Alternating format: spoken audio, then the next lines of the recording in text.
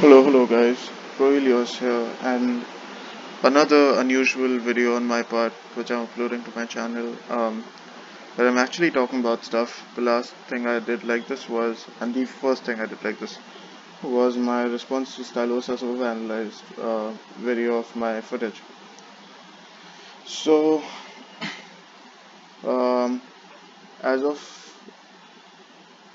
a few videos ago, where I kind of viewed my results from season 13, I said that I would be doing a kind of short series of it's kind of a vlog for me, uh, so I can kind of look back at this later on and be like, oh yeah, this is what I thought about the game back then. And it's really rare for me to actually uh, speak about something on my channel. Usually it's just for fun, where I upload my gameplay. I can watch it back, learn from it, and for my friends and other Overwatch lovers to just have some fun as well.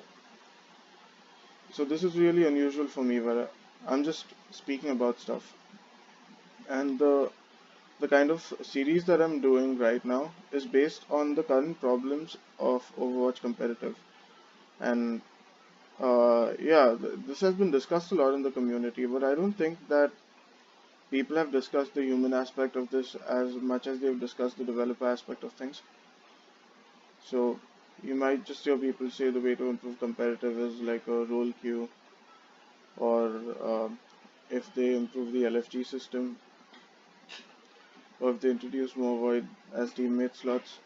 Which, yeah, all are good points if those systems are engineered correctly. But I think that the human aspect of ranked is something that is very underrated. And although people just blame the devs for everything that happens in ranked, where they say that, oh, this feature will um, increase the quality of interactions between players. This will increase the quality of games. If they introduce like a ranked role queue, then people won't just install or like let's say triple or quad DPS in ranked. But while all these systems, like it's fair to say that they will improve the game, right? Like I said, if engineered correctly. But there are there are these issues that I feel like I need to highlight because I am in what you might call elo hell. Elo hell is basically where you are unable to climb in rank, uh, or even drop in rank that much because of factors that are out of your control. So people do say, hey, don't blame your losses on your teammates, and don't blame this or that.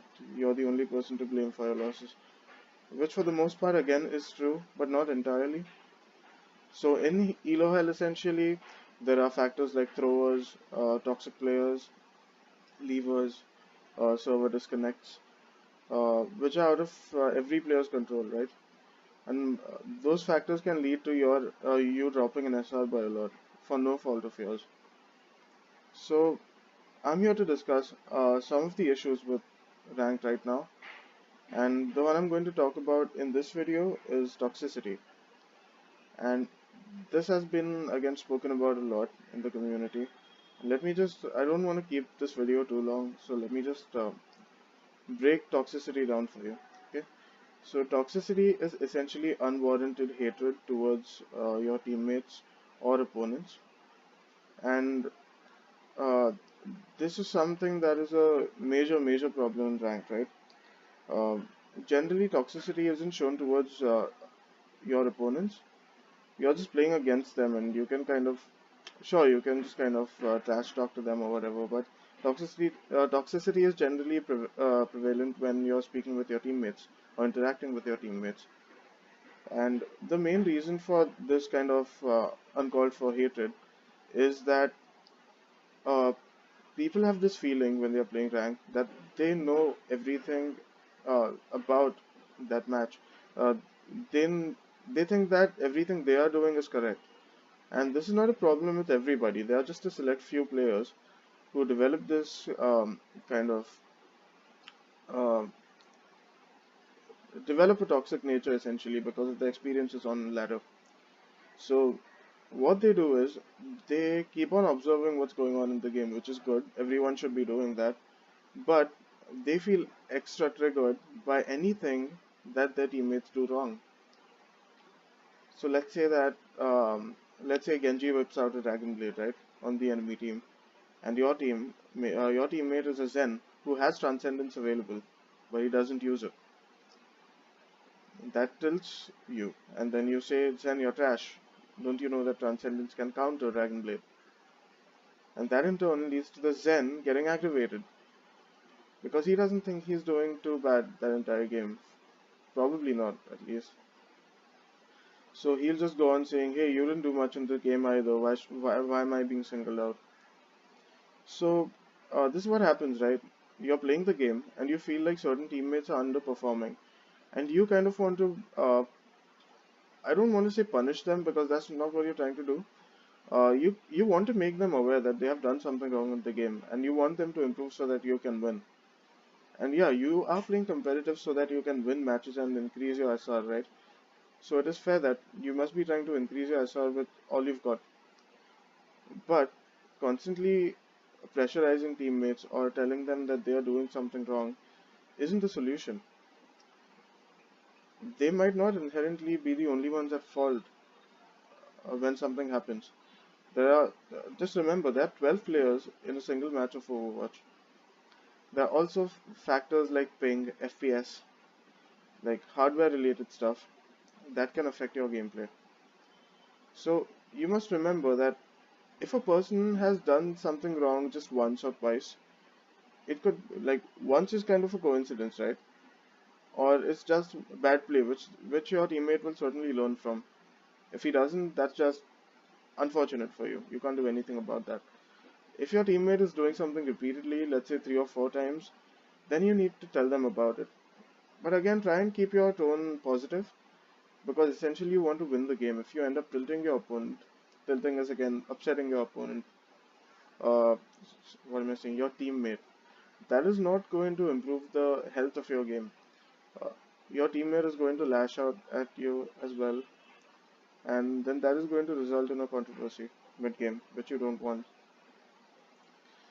The second kind of toxic behavior that you can see is when people constantly ask you to swap. So, and this especially happens on the DPS role.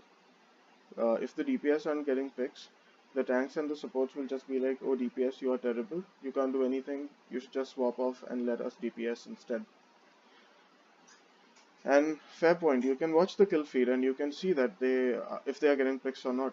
But you must remember that you are also a member of your team, and if your DPS aren't getting picks, it doesn't always mean that they are bad at the hero they are playing.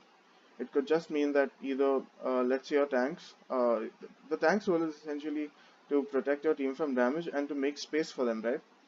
So if your DPS don't get safe spaces to shoot from or attack from, you can't expect them to get any picks. So you should look at that as a tank before you blame your DPS. And as a support, maybe your DPS aren't getting enough healing from you, or they aren't getting enough utility from you. Let's say you're Zen, you aren't discovering the right targets that your DPS are trying to attack. Or you're a Lucio who isn't using speed boost at all, just constantly healing people even when you're at an advantage. And then, in circumstances like these, it's difficult to say who exactly is at fault. But one must remember that if you're losing in a game, you must think about what you can do better and really, really think about it, right? Just don't look at your medals and go, hey, I have the most limbs. I think I'm doing a fine job here. Think about whom you're killing, how often you're killing them, or as a tank, how often your team is taking damage, or as a support, how often your team is dying. These are things that you should be aware of before asking others to swap. Sure, if you have like a Widowmaker and they have a complete dive comp that's utterly destroying her, she needs to swap, right? That's when you can be friendly and say, hey Widow, can you swap to something else because you're being dove a lot and we can't really help you with escaping those dives. That's not toxic behavior, that's just good suggestion. And you can try and be positive about this. And this is a major problem because people in ranked should be focusing on their own game and improving themselves. but they tend to focus on others more. And because they do that, they end up constantly critiquing their own team and not thinking about what they can do better in the game. And of course, look, there are like there are infinite variables in Overwatch, right? You can't say that this exactly is the problem every single time. Sometimes it is apparent. It's obvious what the issue is, but most of the times it is not. And being toxic isn't really the solution. You can talk to your team, you can convey ideas to them, and you can hope that they try and implement those ideas. But beyond that, you should not be trying to discourage them from playing what they are playing currently. You should not be trying to um, undervalue them as your teammates, and you should just respect them as people. They are also people. They are trying to play the game. They are also trying to get better, unless they are throwers, obviously. But just respect people, and that will reduce a lot of toxicity in the game. So the next time, if anyone is toxic to you, either tell them that, either try and convince them that the game is not lost yet. If it isn't, obviously, don't lie to them. Uh, Try and kind of suggest positive changes to your team comp, but don't just go all out on trying to change what your team is doing currently. Uh, and last resort, if the person keeps trying to be toxic towards you or your teammates, just mute him. You don't need that kind of toxicity in any of your games or in your life in general. And again, if you feel like you've lost a game because of someone being constantly toxic and not playing the game well, you're free to avoid them as a teammate. And I get that. I do feel it's fair that there are not enough avoid slots. Most of the times, I feel like three are enough for me personally. But I mean, there are times when you just feel like you need more, right? Because there are a lot of people who play at the same time, maybe get matched in the same team, lose in the same manner, and then queue again. So they are tilted for the same reason. So this toxicity carries on from game to game. And if at one point you feel like you are getting too toxic, if you feel like you're not able to see what your team is doing on a positive light, just finish that game and stop playing for the day. I'm not even going to say stop playing for the session. Stop playing for the whole day. Get a night's rest. Play again the next day. You'll approach the game with a fresh, positive mentality, and your games will generally go in a more positive light. So yeah, that those are my views on toxicity. Because look, again, I'm a plat player. You may not feel like my opinion is worth it if you're a high ranked player. Like, what do plat players know? But we have I've been playing ranked since season 10, so that's four complete seasons for me. I've begun season 14, halfway through my placements now. But essentially, I have also seen a lot of toxic people in my queues, in my games, and I've been frustrated, really frustrated. Season 13 was a toxic hellhole. I really dropped in SR a lot because, like I said, I was stuck in Elo hell. And there were just so many toxic players. I cannot even describe how many toxic players I came across. Just uncountable, man. And it's really frustrating for me because I'm treating Overwatch as more than a game, right? I'm treating it as an esport. I genuinely want to get better and climb the ladder. I'm a big fan of the pro scene. I watch Overwatch League, and I don't watch contenders that much, just the major games. I watch Overwatch League and the World Cup as well. I probably watch every single match of the World Cup. Yeah, not live, but like at least the VODs when they came out.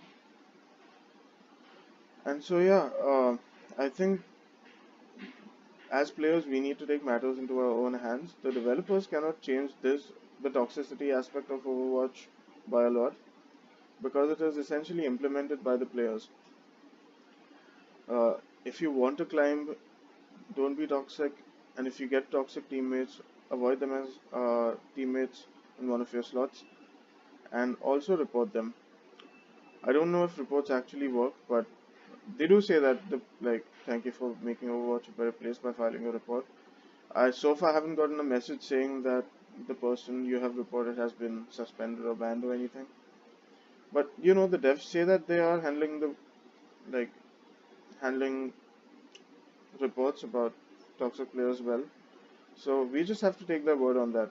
We can't really prove that they aren't doing it. So we just have to take their word on that. And Blizzard, look, they are also a business, right? They won't be trying to do anything that is harmful to their game. They think of this in a positive light. They feel like their game should go on. So remember, before you blame the devs, improve yourself, improve your games. Don't be toxic in Overwatch. Thank you for watching this video. I don't think there'll be many viewers for this. If you feel like I've made some valid points, you can feel free to share or don't. As long as you improve, you're making ranked a better place for other players and yourself. So thanks for watching, and I'll see you in the next video, which will be about one tricks. Thanks for watching again.